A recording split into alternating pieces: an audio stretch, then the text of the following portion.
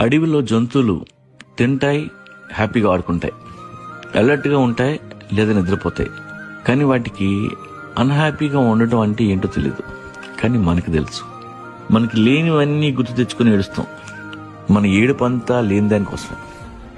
ఉన్నదాన్ని చూసి ఆనందపడటం తెలీదు. నువ్వు పడుకున్నది చాపే కావచ్చు, దానికి పెద్ద బొక్క ఉండొచ్చు. ఉంటే ఉండని. పైన ఉన్న వెన్నెలు చూడు, ఆ చందమామను చూడు. చందమామను చూడటానికి కళ్ళు ఉన్నందుకు సంతోషించు. ఎందుకంటే కళ్ళు లేని వాళ్ళు చాలా మంది ఉన్నారు. ఇలా అన్హ్యాపీగా ఉండేవాళ్ళు ఎప్పుడు కంప్లైంట్ చేస్తుంటారు. నేను రోజు తినే ఫుడ్ మీద కూడా ఎప్పుడు కంప్లైంట్ చేయను. ఆ రోజు ఏది దక్కితే అది తింటమే. ప్రతి దానికి అన్హ్యాపీగా ఉంటే సంకనాగిపోయేది నువ్వే. నీ ఇంటి ముందున్న చెట్టును చూడు. Even trees don't know how to be unhappy.